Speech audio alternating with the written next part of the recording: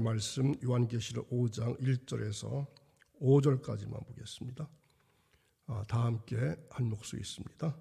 내가 보매 보좌에 앉으신 이의 오른손에 두루마리가 있으니 안팎으로 썩고 7인으로 또 보매 심 있는 천사가 큰 음성으로 외치기를 누가 그 두루마리를 펴며 그 인을 떼기에 합당하냐 하나 하늘 위에나 땅 위에나 땅 아래에 능히 그 두루마리를 펴거나 보거나 할 자가 없더라.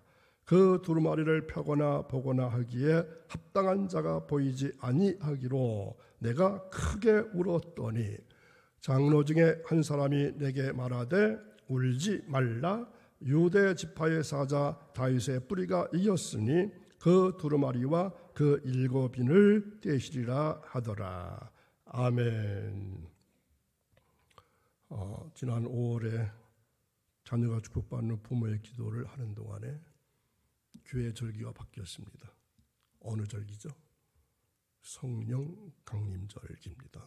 지난 주일에 색깔은 빨간색이었었는데 빨간색은 마가다락방에서 120명의 문도가 간절한 마음으로 기도할 때 성령이 임했다고 했습니다.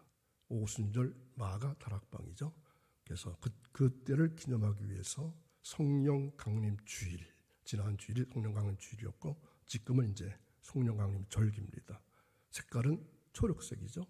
11월 달까지 계속됩니다. 성령 절기가 1년 중에서 가장 깁니다. 왜 그럴까요? 이제 초록의 색깔은 뜻은 성장 또는 성숙입니다. 그러니까 여러분의 신앙이 1년 중에 가장 성장하고 성숙할 시기가 바로 이 성령 강림절기입니다. 이걸 기독하시면서 여러분의 신앙이 성령 강림절기를 통해서 많이 성장할 수 있기를 간절히 바랍니다. 오늘부터 요한계시록을 읽어가면서 다시 은혜 나누기를 바랍니다. 그런데 뒤돌아보니까 꼭 해드리고 싶은 말씀이 또 있었습니다. 그래서 5장에 있는 말씀을 읽었고 이 말씀을 중심으로 해서 기독교 신앙이 어떤 것인가, 상징이 어떤 것인가 다시금 생각해 볼 수 있기를 바랍니다. 누군가 여러분들에게 우리가 다니고 있는, 믿고 있는 기독교를 상징할 만한 것이 무엇이냐 한 가지만 대답해 보십시오. 이렇게 말하면 여러분들은 어떻게 대답하시겠습니까? 저는 십자가라고 대답하겠습니다. 2019년 통계를 볼 것 같으면 우리 한국에 8만 3천 개 이상의 교회가 있었습니다. 그런데 지금 코로나 때문에 여러 가지 이유로 아마 교회 수가 줄었겠죠. 그래도 7만 개 이상은 될 것입니다. 다시 말해서 이 좁은 땅덩어리 한반도에 7만 개 이상의 십자가상이 아주 촘촘히 서 있다는 얘기입니다. 지금은 어떤지 몰라도 그 전에 김포공항에 내려서 내리기 전에 이 한국을 내다보면은 어떻습니까? 서울을 내다보면은 아주 사방이 십자가 불빛을 볼 수 있었습니다. 음식점의 경우는 한국에 한 60만 개가 넘는다고 합니다. 비록 음식점보다는 적은 숫자지만 그 다음으로 많은 것을 찾으라면 십자가일 것입니다. 그러면 왜 이렇게 십자가상을 높이 세우고 있는 것입니까? 기독교를 상징하는 유일한 것이기 때문에 그렇습니다. 기독교의 중심 진리를 가장 정확하게 대변하는 것이기 때문에 그렇습니다. 그 십자가의 중심에는 예수 그리스도가 계시기 때문에 그렇습니다. 20세기 탁월한 신학자였던 존 스타트 목사님이라는 분이 계신데 이분이 이런 말을 했습니다.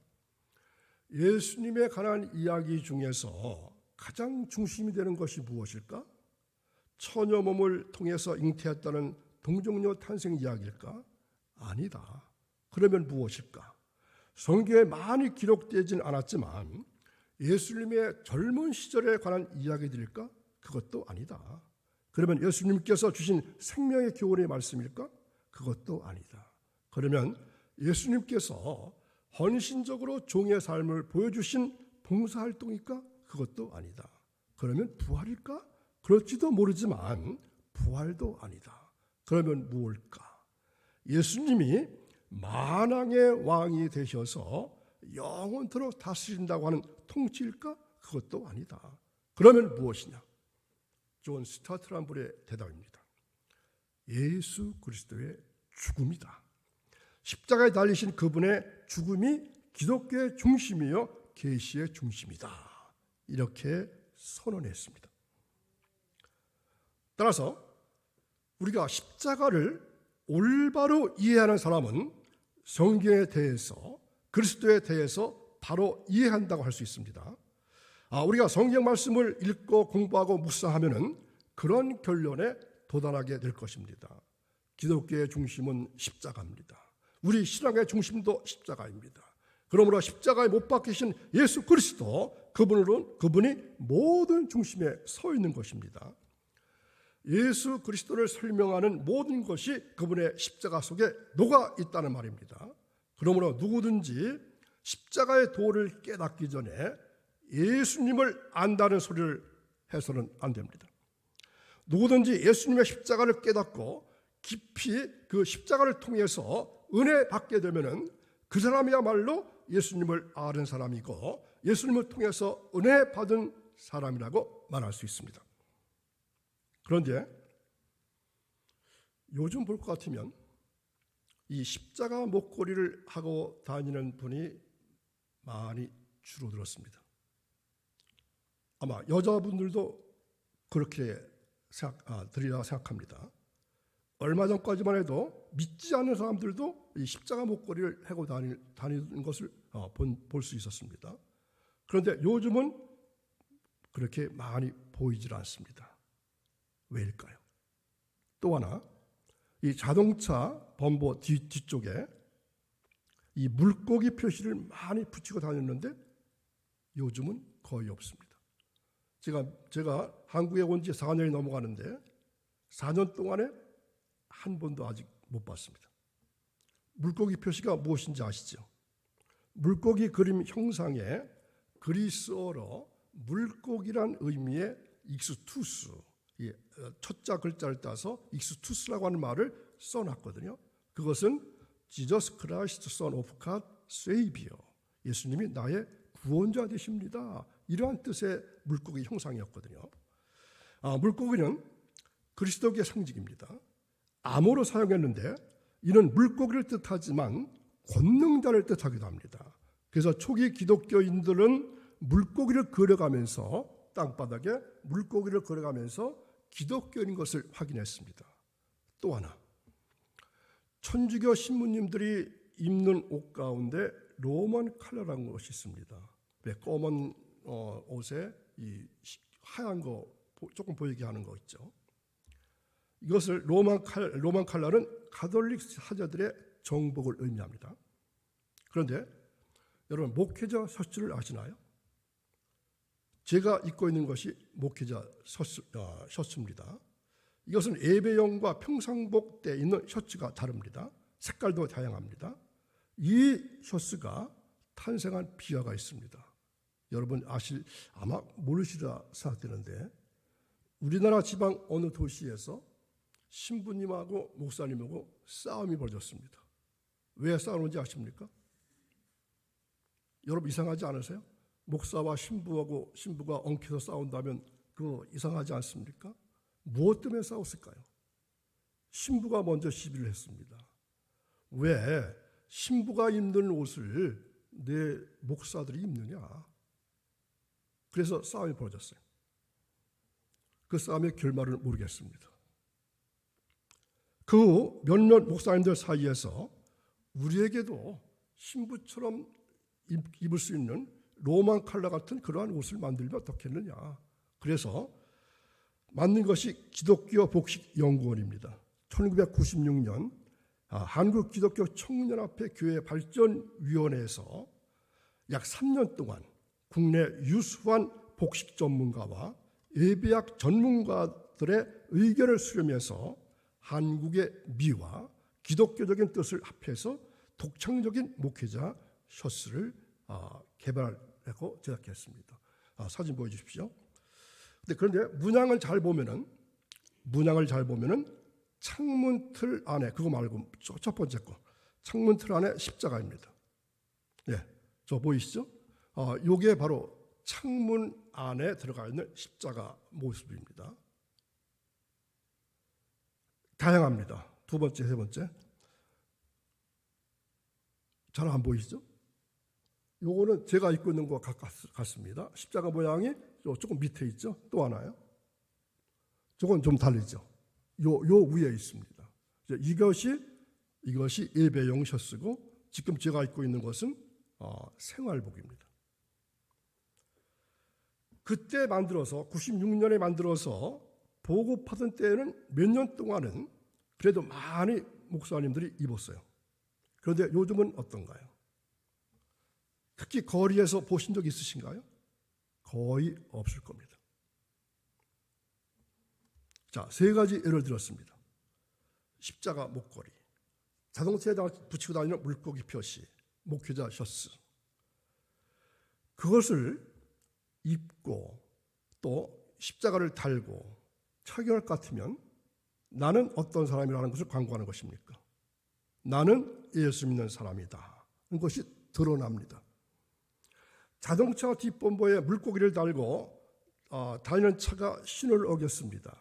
뒤에 가는 차 운전수가 뒤에 타고 있는 사람이 뭐라 할까요? 예수 믿는 놈도 별일 없어.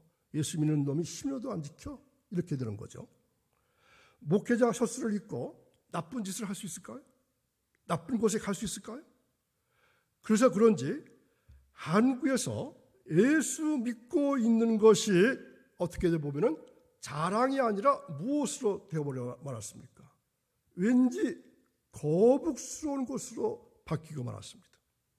코로나 시대 후에 더 그렇게 되고 말았습니다. 저는 말레이시아에서 특히 이 셔츠를 많이 입었습니다. 신방 갈 때도 더운 나라니까 웃돌이는 안 입고 이 자켓을 입지 않고 셔츠만 입고 다녔습니다. 특히 대사관 모임 때는 더욱더 입고 갔습니다. 제가 신방하던 교회 옆에 인도 교회가 있었는데 인도 목사님이 이것을 굉장히 좋아했어요. 그래서 한국에 오면은 가끔 한 장씩 사다 주고 그랬습니다. 자, 여러분, 그만큼 십자가의 죽음, 십자가에 못 박힌 예수님은 우리 기독교 신앙의 진수이요 본질이요 기본입니다. 그렇다면 오히려 십자가 목걸이를 더해야 합니다. 자동차 뒷범퍼에 물고기 표시를 더하고 다녀야 합니다. 목회자들은 이 셔츠를 더 입고 다녀야 합니다. 그런데 점점점 줄어가고 있습니다. 어떻게 생각하십니까?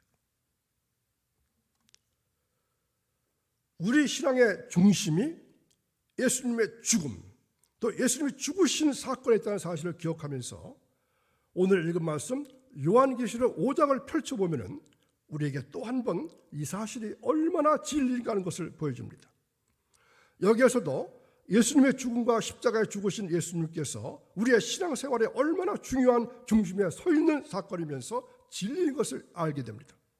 사도 요한이 바모섬에 가서 귀양살이를 할 때 하루는 환상 중에 하나님의 나라의 영광을 보게 됩니다. 하나님께서 보좌에 앉아 계시는 찬란한 어전이 그의 눈앞에 펼쳐졌습니다.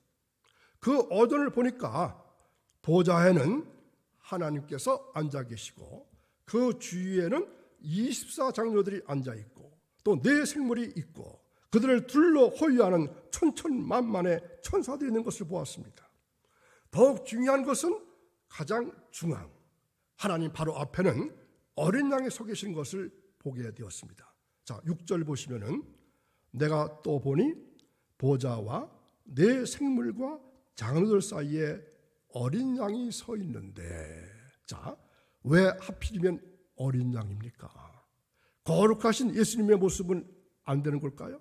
왜 하필이면 어린 양의 모습으로 거기에 서 계시는가 하는 것입니다. 부활하신 영광의 주님의 모습으로 서 있지 않고 왜 어린 양의 모습으로 계시는 겁니까? 승리하신 만왕의 왕으로 서 계시지 않고 왜 그런 양의 어린 양의 모습으로 서 계시는 것입니까?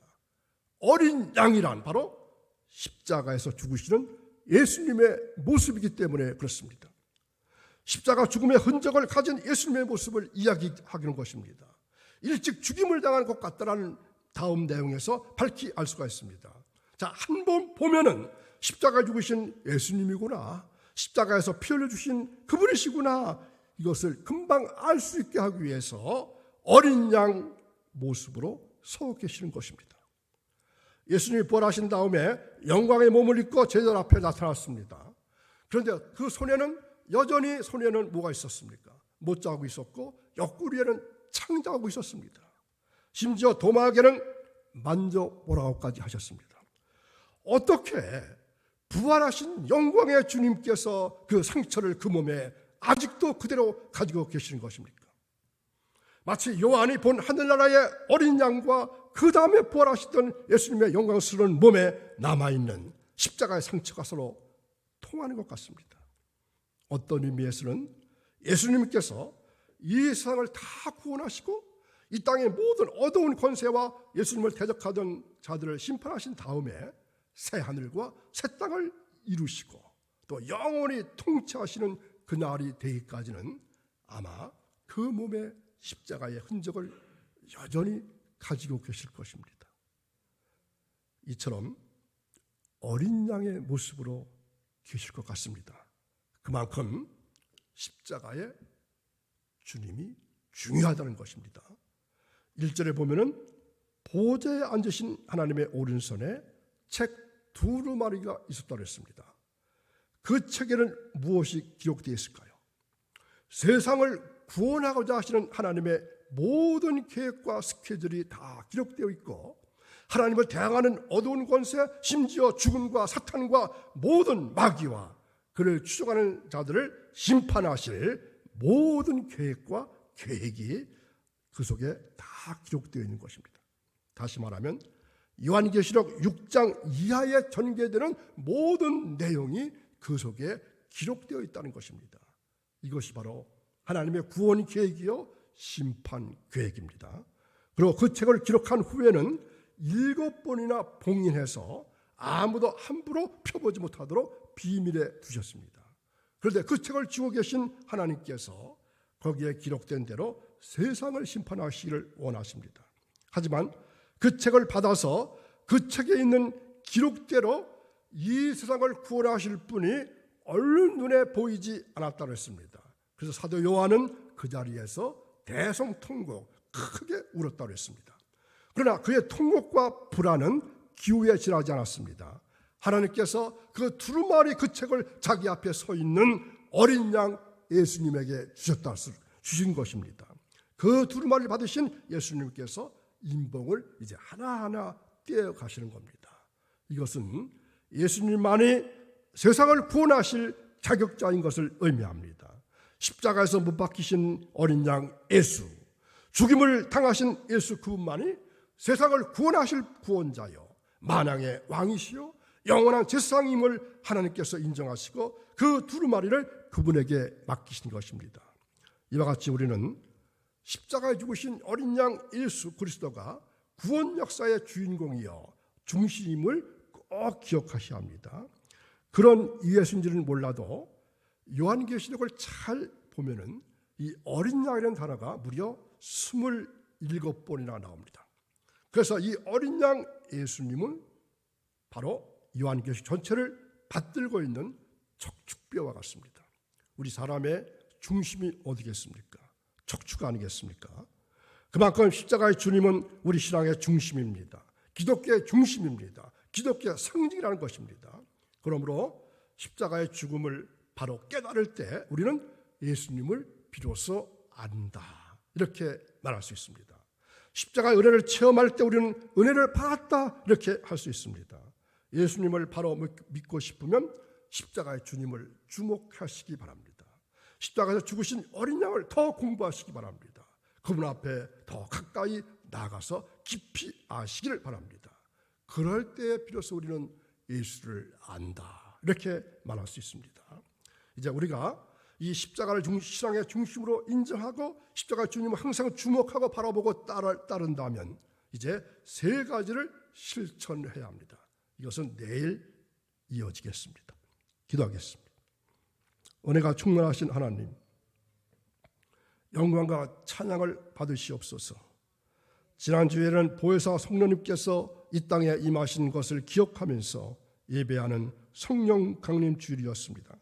오순절 마가다락방에서 기도하던 제자들에게 임하셨던 성령님, 새벽을 깨우고 새벽 예배를 드리는 저희들에게도 강림하여 주옵소서. 사모하는 모든 성도들에게 불과 같이 뜨겁게, 비둘기 같이 온유하게, 바람같이 신비롭게 만나 주시옵소서. 성령님 안에서 거듭남의 비밀을 확신하게 하시고 진리의 말씀을 깨달아 확고한 믿음을 갖게 하옵소서. 한 주간 살아갈 때에 또 이 한날 살아갈 때에 십자가를 부끄럽게 생각하지 말게 하옵시고 오히려 그 십자가를 자랑하는 한 주간의 삶이 이어지기를 원하며 예수님의 이름으로 기도하옵나이다. 아멘.